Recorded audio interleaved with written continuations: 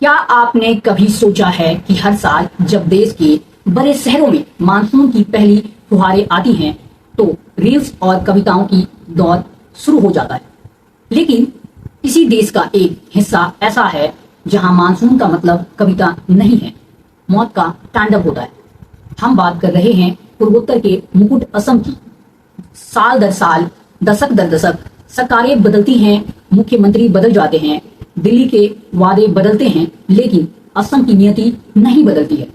आज जब मैं आपके सामने खड़ा हूं, असम की ब्रह्मपुत्रा, दीव और दिसांग नदियां सिर्फ पानी नहीं उगल रही है, वे इंसानी बस्तियों को निगल रहा है। सरकारी आंकड़ों के मुताबिक इस साल की बाढ़ ने अब तक के 68 मासूम जिंदगियों को मौत की नींद सुला दिया है। आप सोचिए कि 68 परिवार जिसके घर के चिराग इस पानी के रेल में हमेशा के लिए बुझ गए हैं, और यह तो सिर्फ आंकड़ा है जो फाइल में दर्ज हुआ है। असम राज्य आपदा प्रबंधन प्राधिकरण की ताजा रिपोर्ट कहती है कि राज्य के 10 से ज्यादा जिलों में लगभग 7 लाख से ज्यादा लोग सीधे तौर पर प्रभावित हुई है।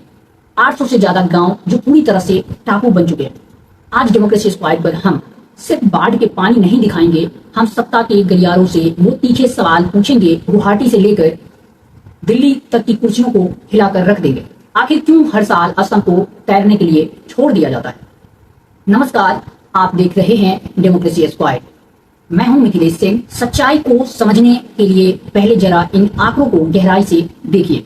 इस बार असम का कोई एक कोना नहीं है, बल्कि पूरी असम का इस विनाश की आग में झुलस रहा है।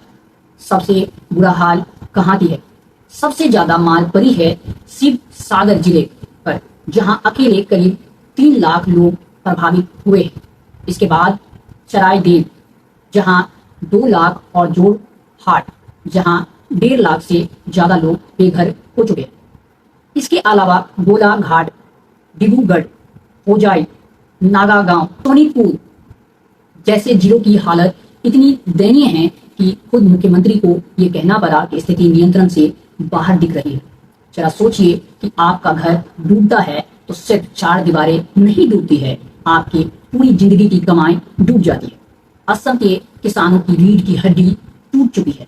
34,970 हेक्टेयर से अधिक उपजाऊ जमीन और खरीफ फसल मटमैले पानी के नीचे सड़ चुकी है। जो किसान कल तक देश का पेट भरने का सपना देख रहा था, आज वह खुद राहत शिविरों में एक एक दाने के लिए लाइन में खड़े हैं। और नुकसान सिर्फ इंसानों का नहीं हुआ है, बेजुबान जानवरों की लाचारी देखकर आपकी रूह कांप जाएंगी। 88,000 से ज्यादा घरेलू जानवर मवेशी इस बाढ़ में या तो बह गए या गंभीर रूप से प्रभावित हुए। काजीरंगा नेशनल पार्क से लेकर ग्रामीण इलाकों तक वन्य जीव और पालतू जानवर ऊंचे स्थानों की तलाश में भटक रहे हैं, और कई तो भूख और पानी के तेज बहाव के कारण दम तोड़ चुके हैं। पुल टूट गए हैं, सड़कें बह गई है और बिजली के खंभे ताश के पन्नों की तरह बिखर चुके हैं। कई इलाके में तो प्रशासन को जानबूझकर बिजली काटनी पड़ी है ताकि पानी में करंट न फैले। यानी एक तरफ अंधेरा, दूसरी तरफ चारों ओर और फैला अथाह पानी है। यह कोई प्राकृतिक आपदा मात्र नहीं है, यह एक जीता जागता मानवीय संकट है। अब बात करते हैं सरकार के दावों की। सरकार कहती है कि हम 354 से ज्यादा राहत शिविर और वितरण केंद्र खोले। इन शिविरों में 37,000 से ज्यादा लोग शरण लिए हुए। हमारी भारतीय सेना SDRF की टीमें अपनी जान दांव पर लगाकर गांवों को रेस्क्यू कर रही है। हम इन जवानों के जज्बे को सलाम करते हैं, लेकिन सवाल सरकार की नियति और तैयारी पर है। हमारे इनपुट्स के हिसाब से राहत शिविरों से जो तस्वीरें सामने आई है वो दिल दहला देने वाली है। कई शिविरों में साफ पानी तक नहीं है, छोटे छोटे बच्चों की दूध की किल्लत है, महिलाओं के लिए सैनिटरी पैड्स और बुनियादी स्वच्छता की कोई व्यवस्था नहीं है। प्रबंधन का नियम कहता है कि बाढ़ आने से पहले प्री मानसून की पूरी तैयारी होनी चाहिए। तटबंधों की मरम्मत मार्च अप्रैल के महीने में हो जानी चाहिए। लेकिन क्या हुआ? जैसे ही नदियों का जल स्तर बढ़ा और करोड़ों रुपए की लागत से बने तटबंध की मिट्टी के ढेर की तरह ढह गया, जनता का टैक्स का पैसा पानी में बह गया। यहाँ डेमोक्रेसी स्क्वाड सीधे तौर पर सवाल पूछता है इस देश की सत्ता से। आखिर हर साल इन तटबंधों के नाम पर जो टेंडर जारी होते हैं, जो करोड़ों का बजट पास होता है, किसकी जेब में जाता है? क्यों हर साल बाढ़ आने के बाद ही सरकार की नींद टूटती है? क्या असम के नागरिकों के जीवन की कोई कीमत नहीं है? उनका वोट सिर्फ चुनाव के वक्त मायने रखता है? साथियों, असम की बाढ़ की कोई नई बात नहीं है। अगर आप पिछले 10 सालों का डेटा उठाकर देखेंगे तो विधानसभा के रिकॉर्ड बताते हैं कि 2016 से लेकर अब तक 800 से ज्यादा लोग सिर्फ बाढ़ और भूस्खलन में अपनी जान गंवा चुके हैं। साल 2022 में यह आंकड़ा 181 मौतों तक पहुंच गया था। सवाल यह है, जब समस्या इतनी पुरानी और अस्थायी है तो इसका समाधान अस्थायी क्यों है? क्यों आज तक ब्रह्मपुत्र नदी के जल प्रबंधन के लिए कोई ठोस अंतर्राष्ट्रीय और राष्ट्रीय नीति नहीं बनाई गई है?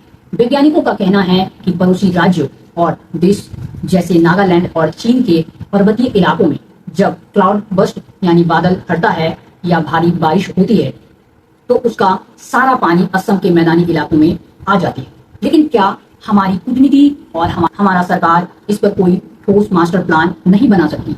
हर साल दिल्ली के एक केंद्रीय टीम आती है, हवाई दौरा करती है, नुकसान का आकलन होता है, कुछ करोड़ों रुपयों के मुआवजा का ऐलान होता है और बात खत्म हो जाती है। अगले साल फिर वही कहानी दोहराई जाती है।